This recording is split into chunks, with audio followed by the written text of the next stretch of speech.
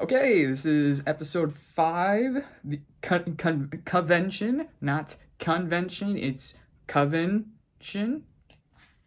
It's weird, but that's how they say it, do it in this episode. So funny thing enough about this one is when I saw it the first time, I never went to a convention or attended a con before, but I want to say, what was it?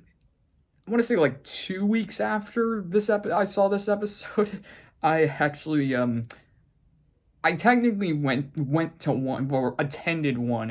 It was online. It was GalaxyCon. It was this online thing. It was this online convention where you have panels. Basically, I want to say panels every week now. They're doing it like that. And so the week I went was they had some of the cast members from Avatar: The Last Airbender, and so they had Jack Casina, who voices Sokka. They had Michaela Joel Murphy, who voices Toph.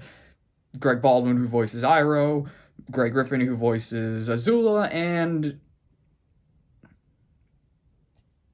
of course, I would forget her name. Whoever voices Ty Lee. I'm probably gonna have to put that in somewhere. Okay. But what's so yeah, that was technically my first. But what was cool, yeah, that was technically my first panel. But what was cool about that was, well, watching it was you could watch it for free, but if you wanted to talk to each of them, or at least a few of them, you had to obviously pay. So I rustled up what I could, and I got to talk to Jack DeCina and Michaela Jill Murphy, and it was really fun. I got to well, I didn't really ask that many questions. Really, we were just talking. It was pretty cool to just have I wouldn't say a normal conversation because we did talk about a few things going on. Well, we did talk about the show. We did talk about a few things going on currently, and so yeah, it was awesome. It was definitely a fun moment, and I'm really excited to once this whole pandemic finally subsides and conventions are allowed to be in person. I'm really excited to go to one because I live outside Chicago, so I'm hoping that there's a convention in Chicago that I could possibly go to sooner or later. So yeah, that's my connection with conventions now. So so this episode though, convention is basically what it sounds like. It's a convention, it's a job fair or just a convention for witches. And so Luce, of course, is okay. Sorry, I just heard a door slam. Okay, so Luce, of course, gets intrigued by this and forces Ida to take her there with Willow and Gus. And so Ida, of course, doesn't want to go, but it's not because she's annoyed, it's because she has a mysterious past, as Luce says, because somewhere along the line she's like, well, I haven't gone in a long time with her, and then Luce like, wait, what, her? What? And so that's one of the reasons why Ida doesn't want to go, but Luce eventually forces her to go by torturing her with her Zora book. Like she has King starts reading it, and it kind of is like a mixture of Shakespeare with Harry Potter. Like thou shalt not cometh with me with great. It was weird, but so they go there, and Ida's kind of trying to remain anonymous because wanted posters of her are everywhere. And I haven't mentioned it before, but I think the wanted poster says she's like worth 1 trillion snails, so that's a pretty good bounty, I would say. But so while that's going on, Willow and Gus show Luce all the covens, and there's 9 main covens, and then there's like a bunch of like these little sub covens, but the 9 main covens are the ones that a lot of that are well, I mean they're the 9 main, but really it's like the main 9. It's technically 8, and then there's the coven, basically the top coven, and that's the Emperor's coven, and that's the first time we really get talk about the Emperor, really, the Emperor. So, the ones that they talk about in this episode are construction and illusion, but the uniform colors of the Hex side, those are the tracks. So of the 8 covens, that I mentioned, so, or that I just said, are part of the Bane 9. And so those are so it's basically like you make a track to possibly go pursue that coven. And so Luce is really excited, but then Ida points out to Luce that once you join this coven, all you can do is the magic within that coven. So if you join they show a scene of an illusion of a member of the illusion coven becoming a member of the coven, and they place the symbol on his wrist, and all of a sudden you see like this blue glow go up his veins, and so now all he can do is illusion based magic. And so Ida then explains like that's why she never joined a coven, because she wants to do all types of magic. So of course, but as they continue on, so they go and check out the Emperor's Coven, because Luce is very curious, and so it turns out that the Emperor's Coven is the only coven that allows you to have all your magic, and so it makes sense that a lot of people would probably be wanting that Emperor's Coven. One of those is Amity, she shows up, and at first she and Luce bumps into her by accident, and so Amity is very edgy with her, because as she says, she doesn't want her to get in trouble. It's like Amity basically says like, I don't want to be near you because last time you got me in trouble with that abomination thing. And so I can partially see what she's coming from, but I mean, she kind of is pretty much. She isn't like a full-on bully in this episode. She's just really just hostile, really. It's like she doesn't want Luce near her, and then but then Luce kind of jumps in and like says like she's learning magic, and of course Amity doesn't believe her at first, and Luce is like, oh no, I'm training to be a witch from this powerful witch and her powerful demon. And of course, right as Luce says that, King comes walking in, and so since this is a convention, you can imagine what King's been doing. He's been going around and grabbing all the free stuff. And so one of the things was a cupcake that he got from the Baker's Coven, and but after he's about to eat it, he trips and falls, and Amity steps on it on purpose. And so Luce doesn't like that, and so she then challenges Amity to a Witch'S Duel, and it's one of the main reasons why she does that is because earlier in the episode she is reading her Azora book, and one of the things was Azora challenged her nemesis to a Witch'S Duel. So Luce is basically doing that with Amity, but of course it's for a much more dumb reason, and that's because Amity's just stepped on King's cupcake. But so they make a bet with it that if Luce wins, Amity has to apologize to King, but also admit that humans can do magic. And so Amity basically says, fine, but when I win, you have to like, and then she says to Luce, you have to admit that humans can't do magic, and you also have to stop training to be a witch. And of course, that's kind of the part where it's like, okay, Luce is probably in her overhead.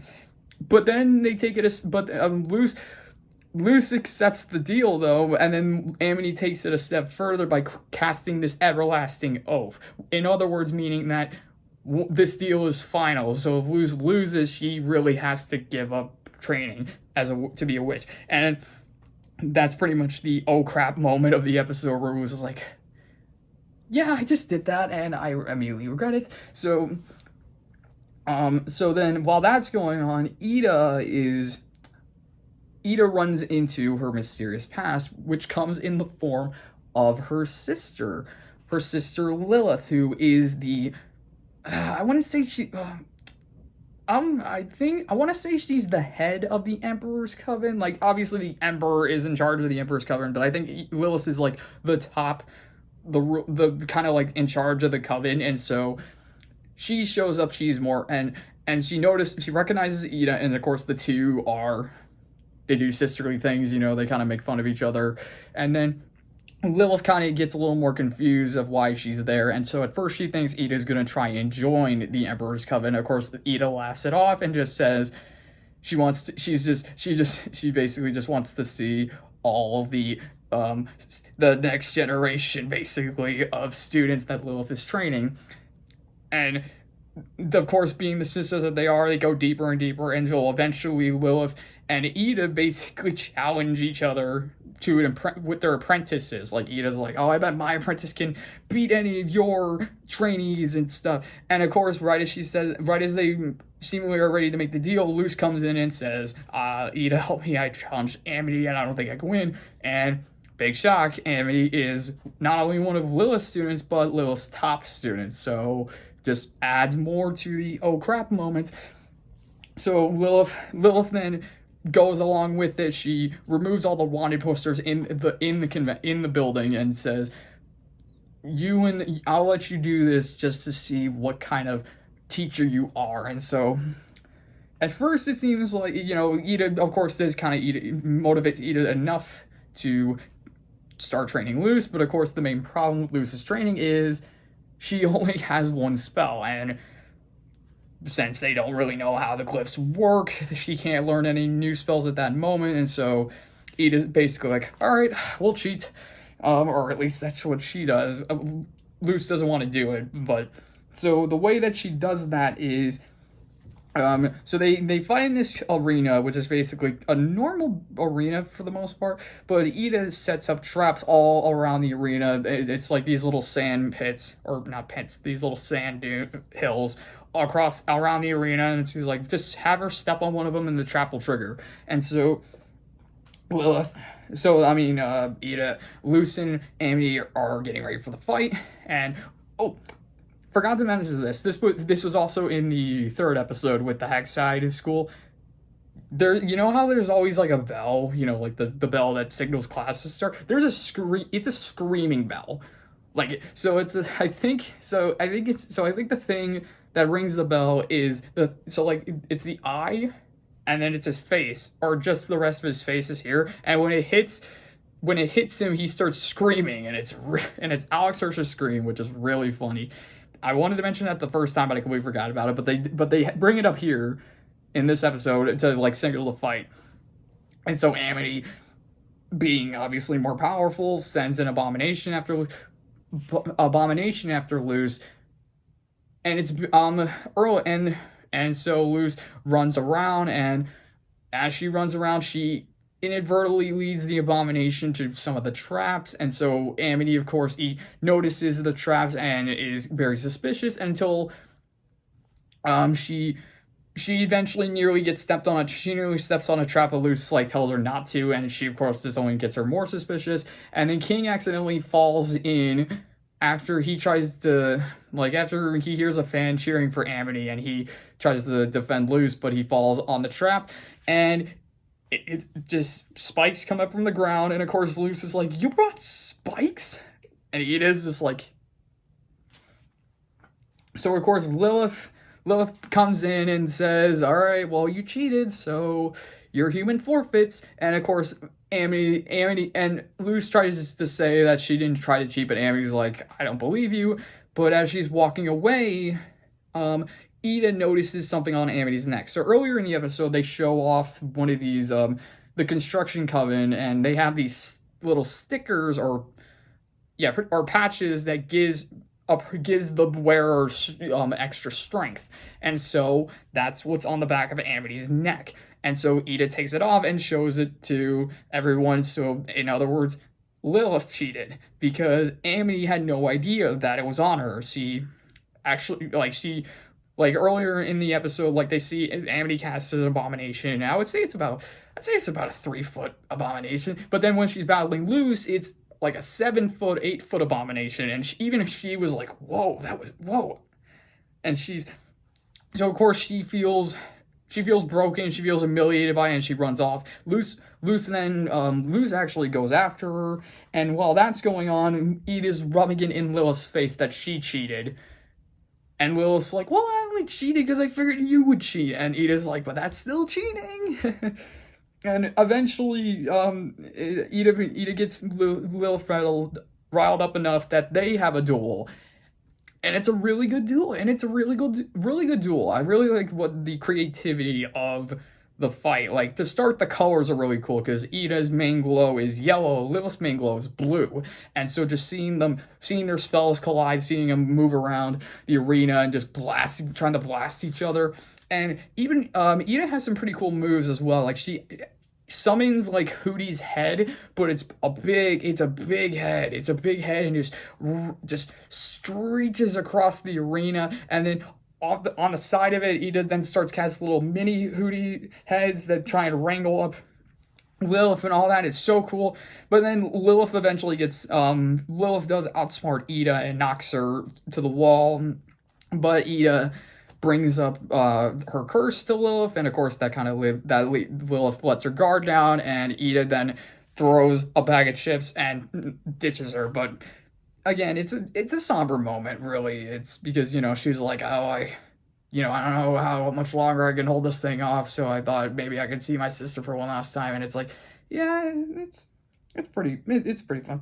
But going back with Amity and Luce is, Amity is broke. Amity's really broken by it, and she snaps at Luce, saying like, first you get me in trouble at school, and now you embarrass me here. And she's like, and Luce is like, I'm sorry. And like, Amity's like, no, you've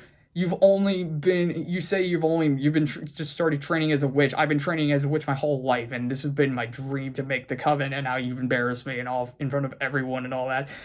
And so Luce is like, even if Amity's like, admit that you're not a real witch. And Luce says it and kind of catches Amity off guard, but then Luce then drops to her knees and creates the light glyph and says, I may never be a witch, but I'm training to be one. I'm working hard at it. And of course, Amity, at first, she's rather caught off. She's surprised by the fact that Luce does magic, but then she's like, well, it's a light spell. A baby can do that. And so, the two pretty much make amends. Like, Amity breaks the oath so that Luce can continue doing magic. And even like, Amity starts walking away, and Luce is like, wait, so does that mean I can continue doing magic? And Amity's like, humans can't do magic, but I doubt that'll stop you. And it's lines like that really kind of show that side of Amity. Like, it's the way Mae Whitman delivers the line. It really is rather a more rough, angry line or angry tone. But again, it's the fact that the line is, humans can't do magic, but I doubt that'll stop you. So like, you can take it either way. But of course, Luce kind of takes that as a okay moment. And so Ida, then she leads with Ida, and of course Ida is like, I do like this line. It's like, Luce pretty much is like, I hope to be a witch like you one day, Ida. And Ida's like, well, that's the thing, Luce. You got to be your own witch. And Luce kind of takes that to heart, too, because it's like, well, that's another thing. It's like, you got to be your own thing. So, and then after that, we get Lilith, who goes to her dressing room, I guess, and she gets a message from one of the servants of the Coven saying that Emperor Bellis is expecting you to get Ida. And so, yeah, Lilith basically means Lilith is now tasked to capture Ida. And we get the first mention of Emperor Bellis in this show. And so pretty much you can imagine who Emperor Bellis is. He's pretty much the big bad of the show. So, yeah. Yeah, it was a solid episode. I wouldn't say I liked it as much as I did as the last episode. I mean, there are some pretty cool moments here. Like, the fight between Ida and Lilith, like I said, was really cool to watch, and it was really well animated with all the colors. And the moment between Luce and Amity was cool. But overall, I thought it was just as well as the others. So, yeah. All right. Well, that was episode 5, so hope to see you guys in episode 6.